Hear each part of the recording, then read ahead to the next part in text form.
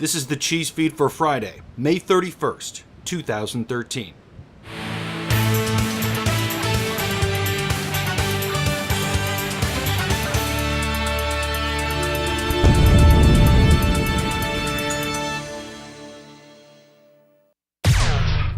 Happy Friday, everyone. Thanks for stopping by.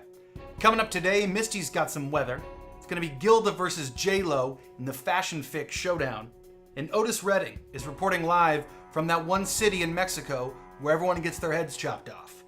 But before we get into all that, a quick word from this week's sponsor, carbon dioxide. You know, lately, carbon dioxide has been getting a pretty bad rap. Some people even say it's bad and give it mean names like greenhouse gas. Well, maybe those people forget that every living thing needs CO2. Like trees. Maybe you've heard of them. Carbon dioxide. Without me, you wouldn't even be alive to complain about me. Coming up later in the program, scientists find a surprising link between the recent outbreak of bedbugs in the US and the domestic travels of the Kardashians. But first, an in-depth look at the true mysterious origins of the Starbucks logo. To start things off, this logo that we're all familiar with is not a mermaid, it's a siren, and there's a big difference. Mermaids are cute, red-headed girls that Disney uses to mesmerize their adolescent audience. But sirens are evil witches that sing songs to sailors and get them to take them on their boat and then devour them. And they're like, la la la la la la. And the sailor is like, hey, it's a hot aquatic babe in the water. Maybe I should pull it up onto the boat and then we'll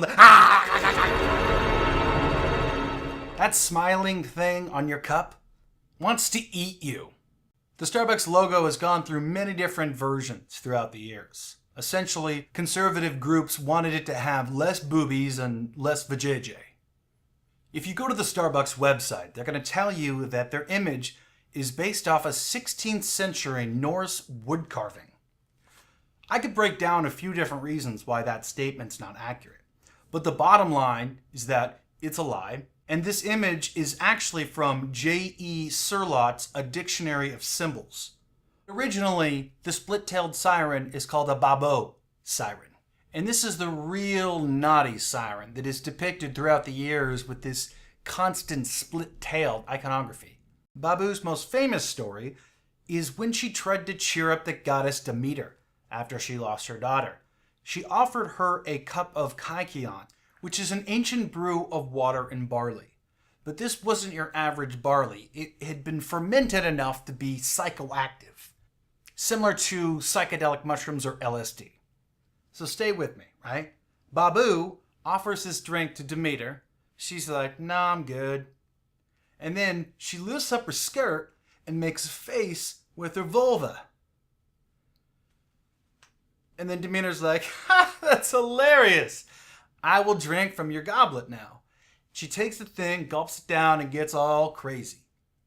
There's an entire festival based on it from the Mycenaean era, about 1500 BCE. Long story short, the Starbucks logo symbolizes a woman tempting you with a magical elixir, a beverage that she promises will make you feel better. Sound familiar? And now it's time for Misty to come in with the weather. Misty, is that a guitar? It looks like you're going to be... Okay, you're playing a... Weather, take it away. Won't you come inside of me and make my dreams come true? Whether you'd be my best boyfriend, 'cause I know how to track you. Like on Instagram and Facebook, and how that one time I saw you that you tagged that girl from Hooters from Friday night that you met, and she's old. What are you thinking? I saw that shit. Oh, Twitpic. Stay still, Cheese. Cheese, did you know that I'm Insta-famous? Follow me!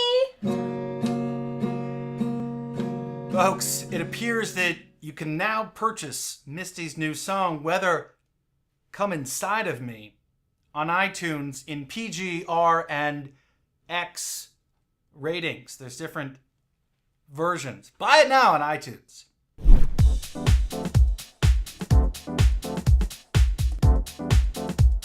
This week on the Fashion Fix, Gilda and J-Lo go head to head, and Gilda lays down the law. What's happening, Gilda? Oh, it's going just great, Cheese. Go for it.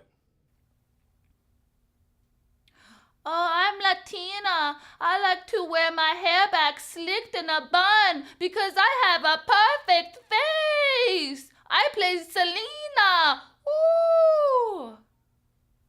I speak 2 different languages. Hey, so do I. German and Finnish, okay? No one cares about that, do they? No one cares about good Eastern European languages. Quick fix for Jennifer Lopez today. With her huge, misshapen, asymmetrical ass. Fanny pack. Now, fanny packs did go out, but they're coming back in with style, guys. Let me tell you, you could get a bedazzled fanny pack. You could get the gray leather satchel in the front. They're great for amusement parks and if you need your hands free for things. And now reporting live from Juarez, Mexico, Otis Redding is in deep cover to give us this hot story. Otis, what's your status? Well, I'll tell you, Cheese. The thing is, I was making a little extra change on the side, videoing some ransom demands that the cartel had wanted sent out, toot sweet, at which point I realized about 3 videos in that this last video was my own ransom. And I realized I must skedaddle, as it were. So I turned Phil on them and then ran out the back door myself. I haven't seen Phil, but I hope he's well. Last I saw, he went down in a hail of Uzi fire.